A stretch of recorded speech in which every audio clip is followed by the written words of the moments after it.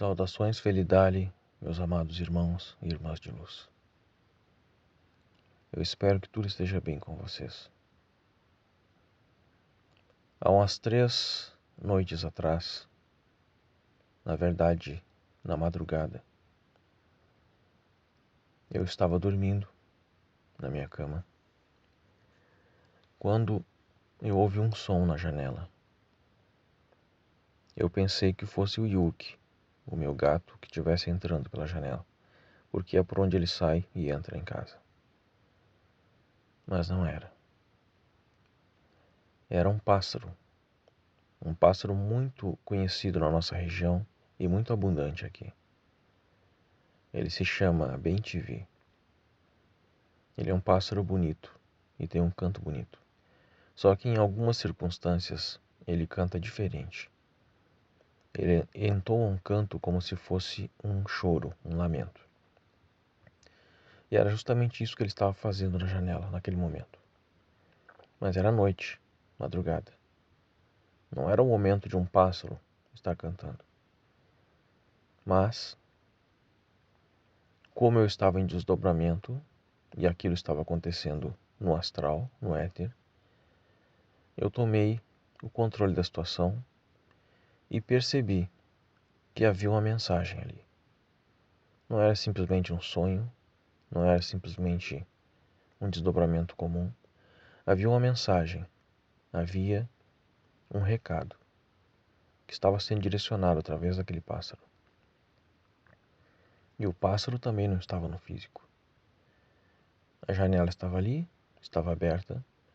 Aquele pássaro estava pousado em um dos vãos da janela. E ele ficava me olhando como se ele estivesse esperando que eu levantasse. E eu fiquei olhando para ele e esperando que ele tomasse alguma atitude que mostrasse o que ele veio fazer. Então o pássaro saltou da janela em direção ao chão, ao assoalho do quarto. Só que quando ele saltou da janela, antes de ele tocar o chão, ele se transformou em um homem. Um homem alto, loiro, de olhos claros, e estava vestindo uma roupa branca, como se fosse um macacão branco, mas estilizado, com cabelo curto, mas um pouco longo nas pontas, e um olhar sério, um olhar fixo em mim, um olhar sério, um olhar sereno, mas sério. Eu senti que ali tinha uma mensagem que não poderia ser ignorada. Então ele estendeu a mão, como se estivesse me convidando para ir a algum lugar. Eu levantei da cama, no meu corpo espiritual, e o acompanhei. Nós atravessamos a parede como se a parede fosse de água líquida. E quando nós passamos pela parede, a parede se comportou como se ela fosse uma pele de um tambor esticado e fez aquele som. Exatamente o mesmo som de você bater com o dedo em um tambor. Fez aquele som. E a parede continuou do mesmo estado que ela estava antes. Exatamente na frente de nós, um portal azul se abriu, pouco maior que a dimensão dos nossos corpos. Ele foi na frente e eu atrás, e nós passamos por esse portal. E então saímos em um lugar que parecia uma imensa fazenda, literalmente uma fazenda. E nessa fazenda havia um galpão que lembrava uma cocheira de um aras, muito parecida. E na frente deste galpão havia um portão de madeira, parecido com um portão medieval, muito pesado, muito grosso, uma madeira muito bem reforçada, muito pesado. Mas ele simplesmente fez um movimento com a mão, a uns 5 metros deste portão, e o portão se abriu. E nós passamos. Quando nós passamos dentro deste portão, era como se fosse um aras, uma cocheira para cavalos. Mas não haviam cavalos lá. Havia todo o mesmo espaço que seria usado para a criação de cavalos, mas não havia nenhum cavalo lá. Pelo contrário, o que havia lá eram pássaros. Muitos e muitos, milhares, talvez milhões de pássaros, bem te vi. E eles voavam para todos os lados, alguns estavam pousados, outros caminhando pelo chão. Havia um corredor estreito por onde nós passamos, e ao lado deste corredor, do lado direito e do lado esquerdo, haviam câmaras como se fosse para, para colocar os cavalos, como se fosse onde os cavalos ficavam. Havia serragem no chão, e por todo o chão deste aras imenso, ele tinha 999 metros de comprimento e 60 metros de largura. Ninguém me disse isso, mas eu soube automaticamente naquele momento. E todo o chão deste aras estava repleto de ovos quebrados. E eram ovos desses bem-te-vi. Estavam quebrados no chão. Por toda a extensão do chão, em todos esses 999 metros por 60 de largura, o chão estava coberto de ovos quebrados. E milhões de pássaros voando, pousados ou caminhando no chão. Conforme nós íamos caminhando, estes pássaros que estavam na nossa frente, no chão, eles iam voando ou caminhando para sair da nossa frente, sair do nosso caminho. E de repente ele caminhou um pouco mais rápido e se transformou em um pássaro desses, em um bem-te-vi. E eu não encontrei mais ele. Eu não sabia mais quem ele era dentre tantos milhões de pássaros que estavam ali, voando para todos os lados, mas nenhum deles encostava em mim ou batia em mim. Também não ficava no meu caminho. Ele saía ou voava. Enquanto eu ia caminhando, eu não tive a preocupação de não pisar em cima daqueles ovos quebrados. Eu caminhei normalmente como se estivesse caminhando na calçada de uma grande cidade limpa. E como eu não sabia mais para onde ele foi, eu continuei caminhando em linha reta, naquele corredor imenso, até chegar ao fim dele, porque eu queria saber aonde terminava e o que acontecia lá. Por que ele havia me levado ali? E eu continuei caminhando, pássaros para todos os lados, talvez milhões de pássaros, alguns voando, outros pousados, outros caminhando no chão, mas milhões, muitos pássaros, muitos mesmo. E o chão coberto de ovos quebrados. Eu fui indo, e quando eu cheguei no final desses 999 metros, havia uma parede de tijolos. Era a única coisa que tinha. Acabava o corredor e tinha uma parede de tijolos. Ao meu lado esquerdo, uma baia para cavalo. Ao meu lado direito, uma baia para cavalo, cheia de pássaros e ovos quebrados. Eu pensei, se ele me trouxe aqui, não seria apenas para eu percorrer este caminho e acabar em uma parede de tijolos. Eu vou cruzar, atravessar essa parede. E eu tomei um pouco de impulso, talvez uns 2 passos para trás, e caminhei um pouco mais rápido para ou me chocar com a parede ou atravessar a parede. Mas eu fiz isso confiante de que eu iria atravessar. E eu realmente atravessei a parede. E aconteceu a mesma coisa. O mesmo som de um tambor. Eu atravessei a parede. E quando eu atravessei, ele já estava em pé, do outro lado, no fundo deste imenso galpão, atrás dessa parede, do outro lado da parede, em pé e me observando. Transformado em um homem novamente. O mesmo homem da primeira vez. A mesma imagem, a mesma roupa, o mesmo cabelo, a mesma cor dos olhos, tudo igual. Então, ele me disse: você passou pela primeira fase, agora me acompanhe. Nós caminhamos por uma pequena estradinha de terra, muito curta, talvez 20 ou 30 metros de comprimento, e já havia uma plantação de trigo. Era uma plantação imensa de trigo. E a gente via essa plantação como se ela tivesse, como se nós estivéssemos bem acima dela, flutuando. Mas nós não estávamos flutuando. Nós estávamos com os pés no chão, mas olhando como se ela tivesse bem abaixo de nós. E ele disse: "O que você vê?" Eu disse: "Eu vejo uma plantação, talvez de trigo, mas eu não tenho certeza." Ele disse: "Sim, é uma plantação de trigo, mas o que você vê?" "Eu vejo uma plantação de trigo." Ele disse: "Não, olhe com atenção e me diga o que você vê." Aí eu olhei com mais atenção aos detalhes, a tudo que tinha ali, e eu percebi que alguns vegetais daqueles tinham uma cor diferente de outros. Era como se fosse um verde um pouco mais claro, ou sei lá, era mais claro. E eu disse para ele: "Eu vejo algumas vegetações mais claras que outras." Ele disse: "Então olhe de novo e me diga o que essas formações mais claras formam, o que essas vegetações mais claras formam."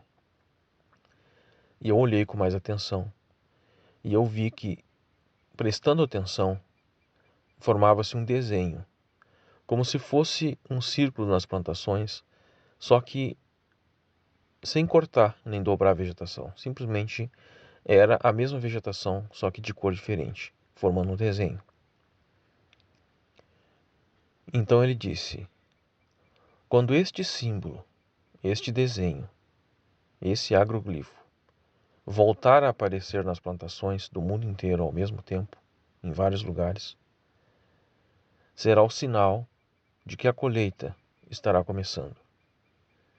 A colheita do joio e do trigo. Você passou pelo segundo teste. Agora continue caminhando ao meu lado." Então nós saímos por uma estradinha de terra, a mesma que nós havíamos começado a caminhar até a plantação, mas dobramos para a esquerda e continuamos caminhando naquela estradinha. E a gente via que no fundo, seguindo por aquela estradinha de terra estreita, talvez uma estrada criada pelas ovelhas, havia uma montanha.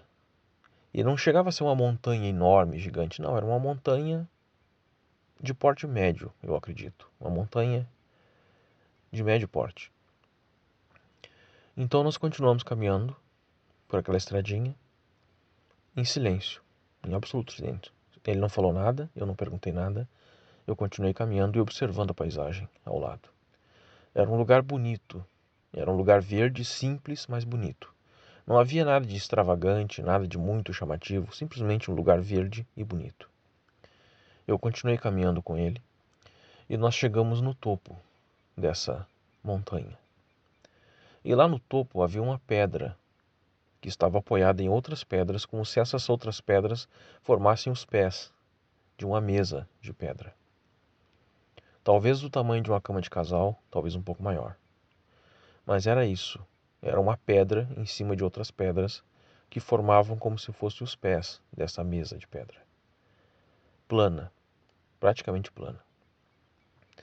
Então nós subimos naquela pedra e ele disse: "Em algum momento no futuro próximo, todos os dias, ao pôr do sol, você virá até essa pedra e haverá uma mensagem aqui.